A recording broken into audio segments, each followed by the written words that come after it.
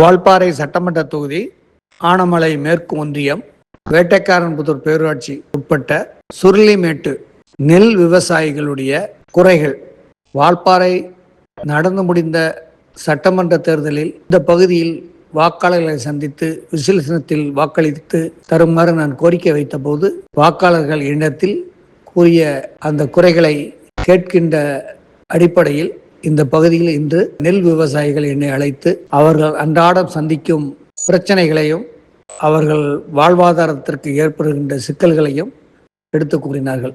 அதில் முதலில் ஒன்று, சுருளிமேட்டு பகுதியில் உள்ள 100 ஏக்கர் சுற்றளவு கொண்ட அந்த குளத்தில் தண்ணீரை தேக்கி விடுகின்ற அந்த லாக்கர் 2 மாதமாக ரிப்பேர் ஆயிருக்கு. அந்த மடையை முழுவதுமாக மாற்றிவிட்டு புதிதாக நியமித்தால்தான் தண்ணீர் 300 ஏக்கர் நிலத்தில் உள்ள அந்த விவசாயிகளுக்கு நெல் விவசாயம் செய்ய முடியும்.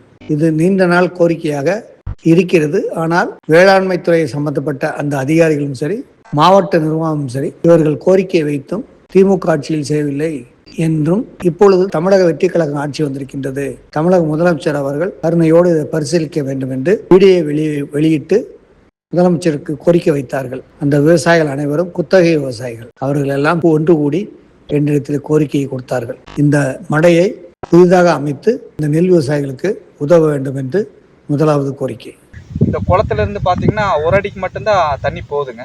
இந்த ஒரு அடி பாத்தீங்கன்னாங்க 150 ஏக்கரா ரைட் சைடும் 150 ஏக்கரா லெஃப்ட் சைடு இருக்குதுங்க. அதில் அரை அடி தண்ணி வச்சுட்டுங்க பாய்க்க முடியுதுங்க. ரொம்ப சிரமமாக இருக்குங்க. இப்போ பார்த்தீங்கன்னா பொட சீசன் வேறு ஆகி போச்சுங்க. இப்போ நாங்கள் அதிகாரிகிட்ட சொல்லி பார்த்தோம், ஏடி கிட்ட சொல்லி பார்த்தோங்க. அவங்களும் நடவடிக்கை எடுக்கிற மாதிரி இல்லைங்க. இதுக்குன்னு ஒரு லஸ்கர் இருக்கிற அப்படிங்க, அவர்கிட்டையும் சொன்னங்க, சரியாக ரெஸ்பான்ஸ் பண்ணுறது இல்லைங்க. இப்போ இங்கே பார்த்தீங்கன்னா இங்கே வருங்க சட்டரை முழுசாக இறங்கிடுச்சுங்க. இந்த சட்டர் மட்டுமே தனியாக சுற்றுதுங்க. கீழே பார்த்தீங்கன்னா சட்டர் உட்காந்துருக்குதுங்க. இது எப்படியாவது நம்ம ரீஒர்க் பண்ணிங்க இது ரெடி பண்ணணுங்க. ரெடி பண்ணால் மட்டும்தான் எங்களோட விவசாயத்தை காப்பாற்ற முடியுங்க. இரண்டாவது கோரிக்கை மிக முக்கியமான கோரிக்கை என்னன்னா, நெல் அறுவடை செஞ்சு நெல் கொள்முதல் நிலையத்திற்கு எடுத்துட்டு போய் அந்த அரசு சார்பில் வாங்கும்போது மூட்டைக்கு 10 ரூபா தான் அந்த ஏற்றுக்கூலி இறக்கக்கூலி இருக்கணும் அப்படின்னு அரசாங்கம் நிர்ணயிச்சிருக்காங்க. ஆனால் எங்ககிட்ட 40 ரூபா, 45 ரூபா, 50 ரூபா முதல் கொண்டு ஒரு மூட்டைக்கு பணம் கேட்குறாங்க. நாங்கள் கொடுக்க மறுத்தால் நெல்லை 4 நாள் கழிச்சு நிற்கிறோம், நீங்கள் தூசி எடுத்துட்டு வா, புடைச்சிட்டு வா அப்படின்னு சொல்லி காலம் கடத்துறாங்க. இதனால மழையில் ஒரு நாள் அந்த நெல் நனைஞ்சா கூட அந்த நெல் முளைச்சிருது. அப்புறம் எங்களால் அதை விலைக்கு விற்க முடியாத நிலைமை இருக்குது. ஆகையினால இப்படி ஒரு மூட்டைக்கு 40 ரூபா, 50 ரூபா, 45 ரூபா லஞ்சம் கேட்டாச்சுன்னா, அதிக பணம் கேட்டாங்கன்னா, நாங்கள் எங்களுக்கு ஒவ்வொரு குத்தகைதாருக்கும் 1 லட்சம் முதல் 1.5 லட்சம் ரூபா வரை எங்களுக்கு லாஸ் ஆகுது. நாங்கள் நகையெல்லாம் அடை வச்சு கஷ்டப்பட்டு குத்தகைக்கு இருக்கிறோம். அதனால் இதை தீர்க்கணும். முதலமைச்சர் தமிழக வெற்றி கழக ஆட்சியில் யாரும் லஞ்சம் வாங்கக்கூடாது, லஞ்சம் வாங்க விட மாட்டோம், அதே மாதிரி மக்களும் நீங்களும் யாருக்கும் லஞ்சம் கொடுக்காதுன்னு சொன்னார்.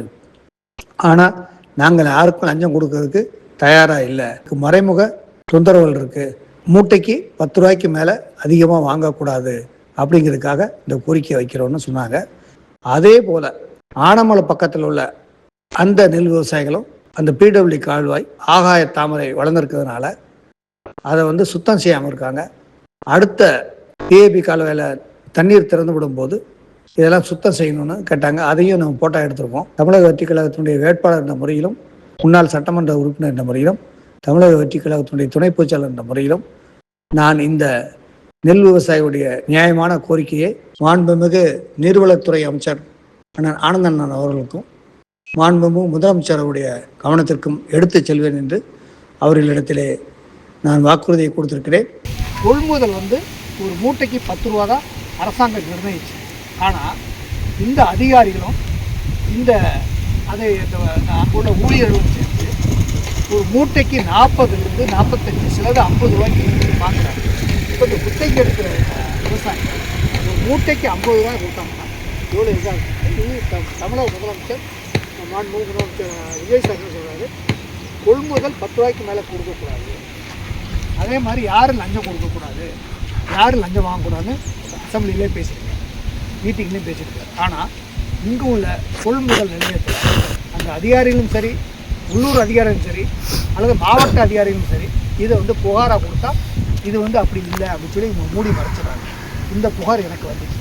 இப்போ இந்த புகாரில் மூட்டைக்கு சராசரி 50 ரூபா ஒரு நெல் மூட்டை வந்து கொடுத்து அந்த கொள்முதல் நிற்க வச்சாங்கன்னா 50 ரூபா மேல் கொண்டு வாங்குறாங்க.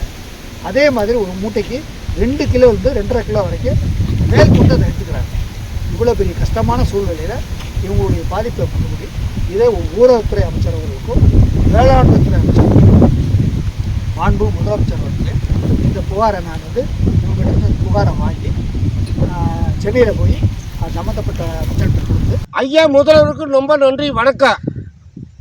பொள்ளாச்சி மாவட்டம் ஆனமலை குளப்புத்து குளம் இந்த சட்டு எங்களுக்கு ரெடி இல்லாமல் எந்த அதிகாரிகள்கிட்ட சொன்னேன். எங்களுக்கு தண்ணி ரொம்ப பற்றாக்குறைங்க, களை ஏறிட்டு இருக்குதுங்க அப்படின்னு சொன்னேன். யாரும் எந்த நடவடிக்கையும் எடுக்க முடியலைங்க. நாங்கள் குறு விவசாயிங்கய்யா, குத்தகதாருங்கய்யா.